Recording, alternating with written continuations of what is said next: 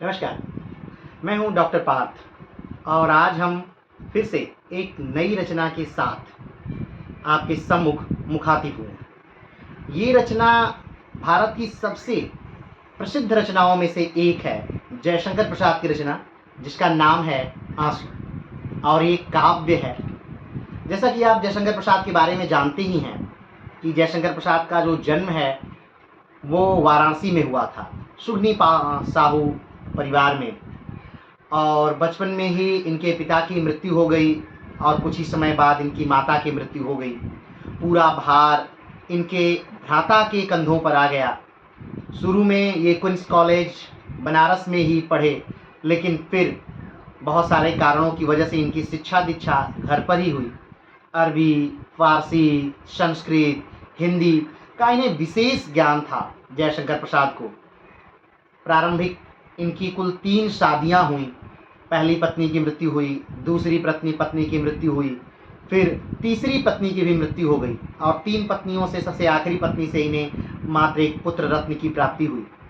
तीनों पत्नियों की जो मृत्यु थी वो टीबी के कारण हुई और फाइनली जयशंकर प्रसाद की भी मृत्यु टीबी की वजह से ही हो गई। ये वही दौर था जब उससे 1 साल पहले यानी 1936 में जब मृत्यु हुई थी मुंशी प्रेमचंद की, और जयशंकर प्रसाद ने कहा था कि आज हिंदी साहित्य मर गया, और ठीक 1 साल बाद मृत्यु हो जाती है जयशंकर प्रसाद की।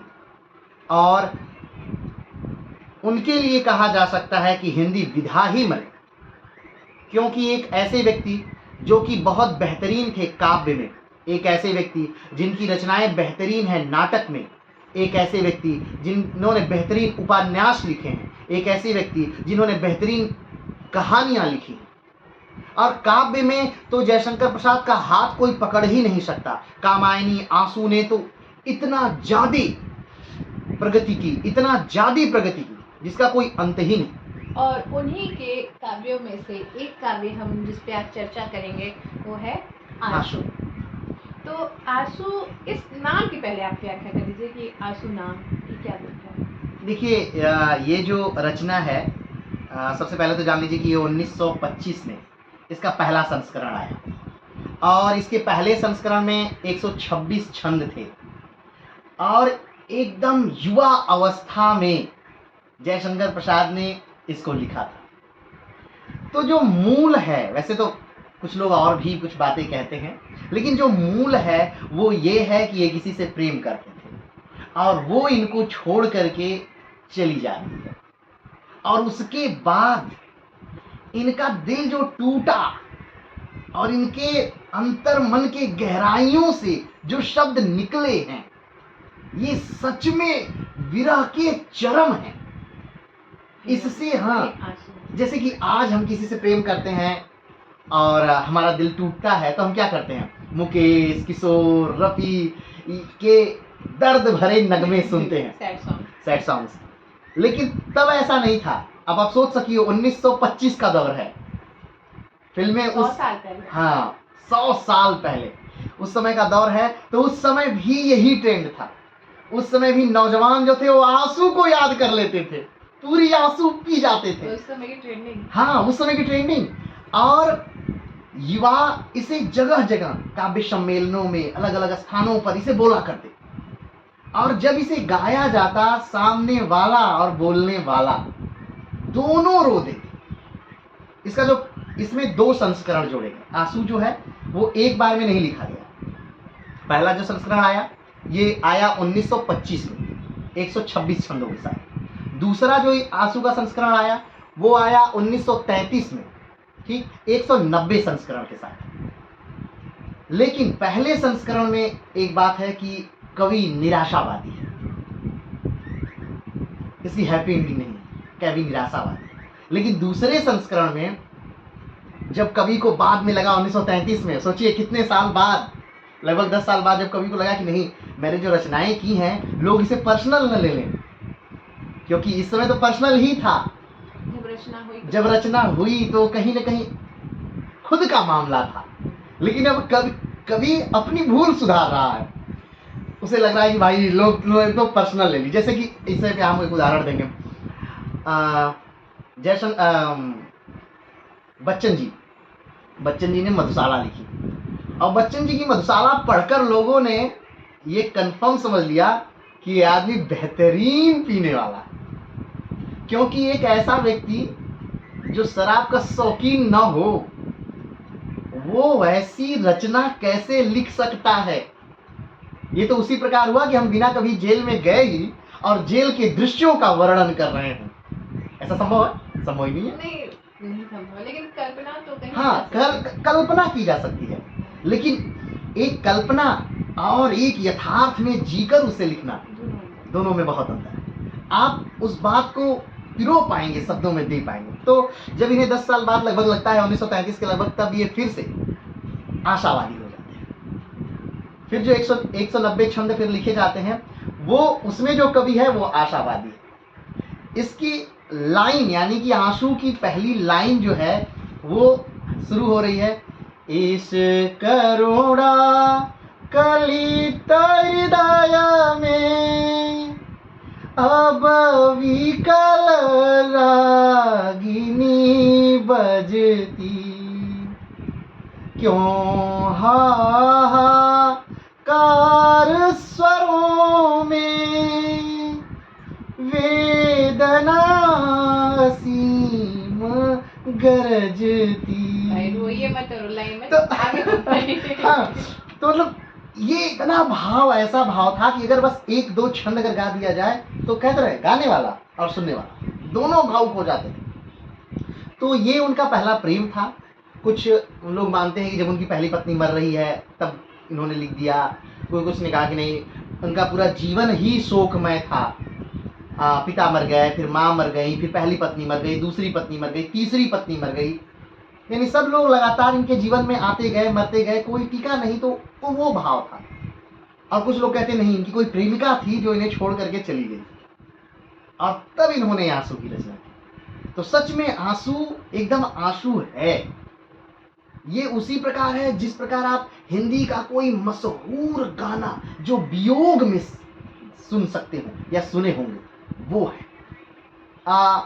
रसों की बात करें तो देखा जाए तो ये श्रृंगार प्रधान है। आंसू जो है पूरी तरह से श्रृंगार प्रधान है।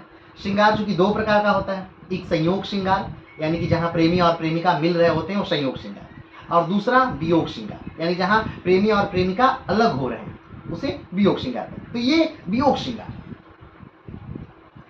तो ये इसके आंसू का मूल, जो इसका नाम है आंसू, ये मूल है। इसका नाम कैसे आंसू आया, तो सच में जो गाएगा रो देगा, जो सुनेगा वो। हिंदी के साहित्यिक इतिहास में आंसू के स्थान की बात करें तो आप क्या कहेंगे? आधुनिक युग में तो विरह पे बहुत कम गीत है। आधुनिक युग में अगर देखा जाए तो विरह पर बहुत कम लिखे गए, और जितने गीत अगर हैं उसमें अगर बात करें तो ये सर्वश्रेष्ठ रचनाओं में से। मतलब तो आधुनिक युग में बहुत सारी रचनाएं नहीं है, विरह की बहुत रचनाएं नहीं है, लेकिन जितनी हैं उसमें अगर बात करें तो आंसू सर्वश्रेष्ठ रचना, जैसे प्रसाद की आंसू सर्वश्रेष्ठ रचना। आंसू का वर्तमान में महत्व क्या है?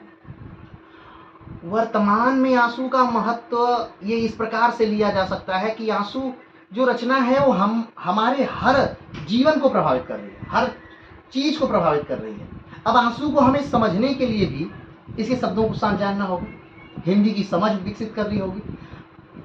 तो सोचिए, हमें अगर काव्य प्रिय है या आंसू प्रिय है तो इसका मतलब है हमें हिंदी भी प्रिय है। तो हमें हिंदी के शब्द भी प्रिय होंगे और हमारी भाषा की गूढ़ता भी ज्यादा, हमारी भाषा की समझ ज्यादा, भाषा के पे पकड़ ज्यादा। तो देखा जाए तो ये कहीं ना कहीं हिंदी साहित्य का, जैसे कि साहित्य पर लोगों ने जो आजकल भाषा चलती है लोगों की मिली जुली भाषा, उसमें अगर कोई आम इंसान आंसू को पढ़े तो कितना उसे आनंद मिल पाएगा? आम भाषा है, नहीं, भाषा को इसमें समझना पड़ेगा। हाँ, ये जैसे कि जयशंकर प्रसाद की भाषा शुरू से ही काफी क्लिष्ट रही है, कठिन शब्दों का उन्होंने प्रयोग किया है, अच्छे अच्छे मजे हुए शब्दों का प्रयोग किया है। पिछली वीडियो में हम लोगों ने बात की थी कि जब जयशंकर प्रसाद का जो युग था वो पारसी थिएटरों का युग था। उस समय पारसी थिएटर मार्केट में थे और जो पारसी थिएटर जो समाज में चल रहा था, छोटी छोटी चीजें उसे प्रस्तुत करते थे और उसका मंचन करते थे, लोगों को मनोरंजन करते थे। लोग जाते थे, थोड़ी देर देखते थे, फिर उसके बाद चले जाते थे। लेकिन जयशंकर प्रसाद ने जब नाटक लिखना शुरू किया या एक चीज लिखनी शुरू की तो उनकी भाषा जो थी वो बहुत परिष्कृत थी, बहुत ऊंचे दर्जे की भाषा है।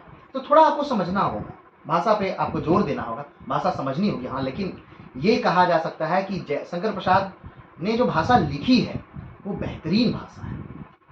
अच्छा, आप इस बात से कितना सहमत है कि यदि आज कोई ये नौजवान इसे पढ़ता है तो इसे बनावटी समझा जाएगा, या वो अगर इसे कहीं प्रदर्शित करता है, इसका उपयोग करता है तो उसे बनावटी समझा जाएगा? नहीं, बनावटी तो नहीं ही माना जा सकता है। नहीं, भाषा इसमें क्लिष्ट हाँ, है। भाषा एकदम क्लिष्ट है, लेकिन ये पहले हमने कहा कि बुद्धिजीवी वर्ग की भाषा। अगर हम जनरली कहीं आप इसे बोल दें, गा दें और आप रोने लगे तो श्रोतागण को पता ही नहीं चलेगा आप रो क्यों रहे हैं और वो बस एक मजाक की तरह आप बन जाएंगे। तो सही बात है, ये रचना उसी प्रकार है जैसे कि शुरुआत जब जयशंकर प्रसाद ने की अपने रचनाओं की तो इन्होंने ब्रज में किया था। शुरुआत जब जयशंकर प्रसाद लिखना शुरू करते हैं, लोक भाषा तो ब्रज में लिखते हैं, क्योंकि उस समय ब्रज, अवधि, इसी में लोग लिखते थे। हिंदी खड़ी बोली कोई मतलब ही नहीं था लिखने का। हिंदी खड़ी बोली में लिख रहे हैं यानी आपको कोई नहीं पढ़ेगा। लेकिन उस विधा को भी इन्होंने क्या किया, अपनाया। और आज देखिए साहित्य में यही साहित्य में यही है। ब्रज और अवधि साहित्य से कहीं ना कहीं हट गए। तो ये हाँ लग सकता है बनावटी, लेकिन उन लोगों को जो बुद्धिजीवी वर्ग नहीं है, जो जानते ही नहीं है, जो जयशंकर प्रसाद को जानते ही नहीं है, जो बस हाँ कभी किताबों में एक चैप्टर आ गया था तो उन्होंने जयशंकर प्रसाद की कोई रचना पढ़ ली, तो वो उनके लिए नहीं है। ये सच में उनके लिए नहीं। जो आंसू जानता है तो इसका मतलब है कि उसको उसका स्तर है कुछ। अगर आंसू को का उपसंहार लिखने के लिए हम कहें तो आप क्या बोलेंगे अपने शब्दों में, आंसू का क्लाइमेक्स? देखिए, आंसू उस युग की जिस युग में लिखी गई 1926, 1930, 1935 का जो दौर था, उस दौर में हमारे पास वो फिल्में गीतें नहीं थी जिसका की धुन हम अपने लफ्ज़ों पे गुनगुना के बाथरूम में नहा लेते हैं या कोई कार्य कर लेते हैं। उस समय हमारे पास यही रचनाएं थी। इन्हीं रचनाओं को हम कंठस्थ करते थे और उस रचनाओं को गाते थे। और सबसे बड़ी बात ये कि ये साहित्य हम बाथरूम से लेकर के बड़े से बड़े विद्वान के सम्मुख भी गा सकते थे और कहीं से कोई भी एक शब्द नहीं बोल सकता था इन साहित्यों में। जैसे कि हमने बहुत आंसू की आलोचना खोजने का प्रयास किया कि आंसू का कोई आलोचनात्मक दृष्टिकोण भी मिले, लेकिन पंडित रामचंद्र शुक्ल भी आंसू की प्रशंसा ही लिखते हैं। कोई भी व्यक्ति, एक हमें आंसू का आलोचक नहीं मिला जिसने आंसू की आलोचना लिखी। हर रचनाओं की कहीं ना कहीं आलोचनाएं लिखी जाती थी और उस समय तो रचना से ज्यादा आलोचना ही लिखी जाती थी। अगर एक व्यक्ति कहीं बैठ करके कोई रचना कर रहा है तो जान लीजिए 4 व्यक्ति जो उसको सुनने वाले हैं वो आलोचक हैं।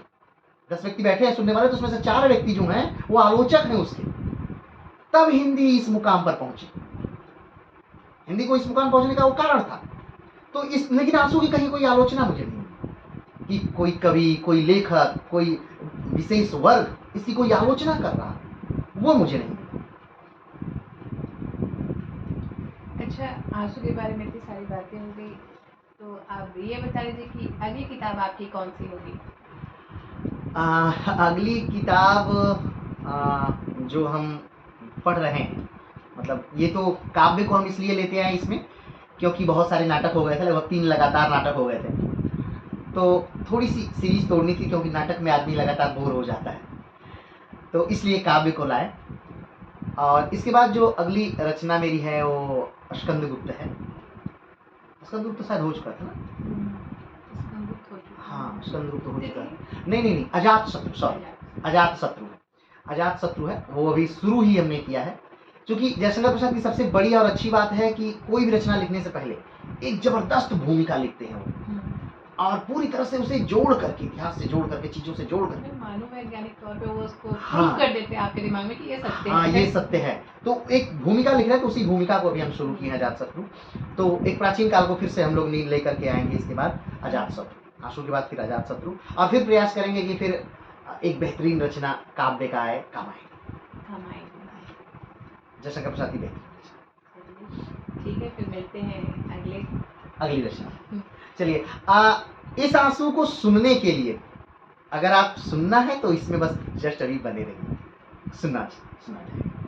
तब तक के लिए नमस्कार। जय हिंद।